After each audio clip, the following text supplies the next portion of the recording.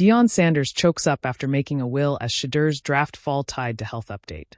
It's not been a smooth ride for the Sanders family these past few months. More like a gut punch in slow motion. Just weeks after watching Shedeur freefall in the NFL draft from a top 10 projection to hearing his name at number 144 to the Browns, Coach Prime was facing a whole different beast, his own mortality. In a raw clip dropped July 27th by Deion Sanders Jr.'s well-off media, filmed back on May 9th, we finally got a glimpse of what Deion's been carrying in silence. Sitting in what looked like his Texas ranch, Prime struggled to speak. "I don't know if I'm ready mentally, emotionally," he said, visibly shaken. "Last night was tough. Yesterday was tough. 'Cause I had to make a will. It's just not easy at all." His voice cracked. He didn't exactly look like prime time, just a man staring down the barrel of some real-life stuff. Then came the revelation from Deion Sanders Jr. about when the sickness began. "So, throughout these last few, this actually happened in April, not going to lie to you, before the draft." "So, that's when it started," Sanders Jr. said. "That's the same time the fake rumors were flying about Shedeur. Stuff the young QB called brass, arrogant, and whole false narratives. The timing wasn't just poetic. It was brutal. While fans were debating Shedeur's stock value, the Sanders family was knee-deep in a real-life storm. Now, after weeks away, Coach Prime is finally back in Boulder. But the echoes of that dark April still linger. The health scare, the draft chaos. It all left a mark. And it's clear, this summer changed Deion Sanders. Coach Prime's health has never been a minor subplot. He's already lost 2 toes due to circulation issues back in 2021 while at Jackson State. Doctors have been waving red flags for years about blood clots, poor blood flow, and even the terrifying possibility of losing his entire foot. So when Deion says he had to make a will, that's urgency. This wasn't a man wallowing in disappointment over draft day drama. This was a father and a fighter trying to hang on, both literally and emotionally, while the world was laughing at his family's draft failures.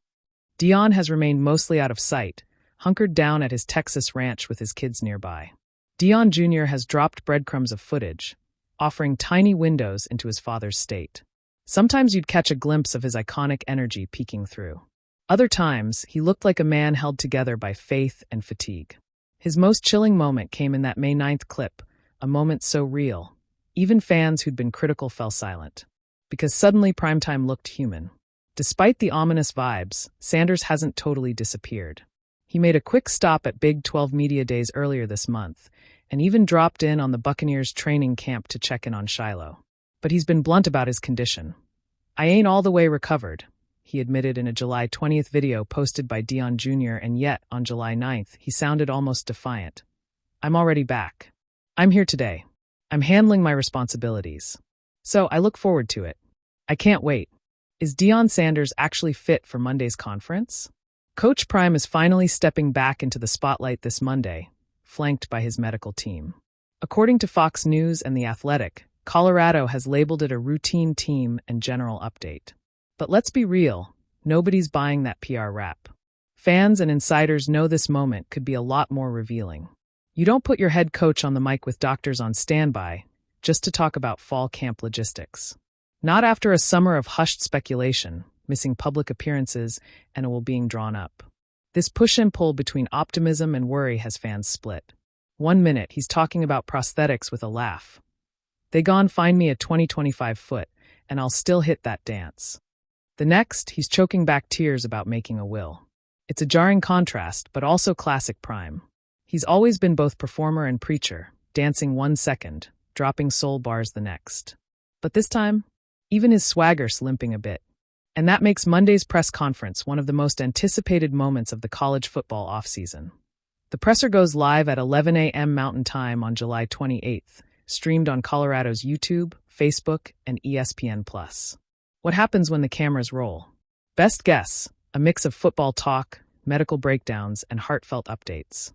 This is about a father recovering from health scares, a coach shaking off the weight of a rough draft season, and a family trying to find peace in the eye of a media storm.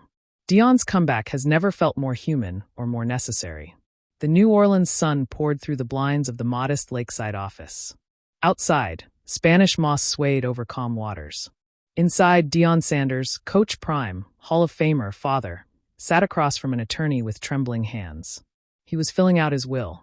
"Please list your beneficiaries," the lawyer said gently. Deion paused. He stared down at the pen, then looked up, blinking faster than normal. "My kids," he said softly. "All of them. Especially Shedeur." There was a long silence. "Can we take a minute?" he asked, voice cracking. Just 6 months earlier, Deion Sanders had stood at the 2025 NFL Combine like a proud general watching his lieutenant take command. Shedeur Sanders, his son, his quarterback, was supposed to be a top 10 pick. Every mock draft had him there. Some said top 5. But then came the whispers. Lingering injuries. Something not right with his core strength. Medical red flags. By the time Shedeur stepped on the scale in Indianapolis, teams were already hesitant.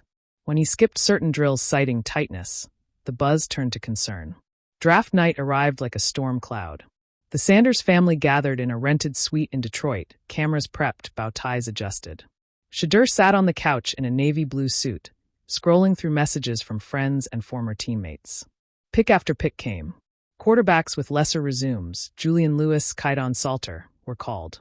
Shedeur's phone stayed silent. The green room began to clear out.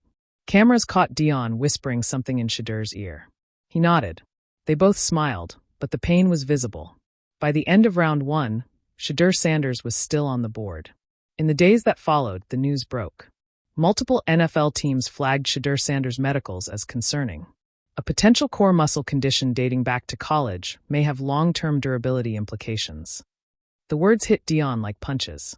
Not because of the fall in draft position, but because no one, not even he, had fully grasped the depth of the issue. He had watched Shedeur take hits for years. He had watched him grimace but wave it off. "I'm good, Pops," he always said. "Tough kid. Quiet pain." But apparently, the pain hadn't been so quiet after all.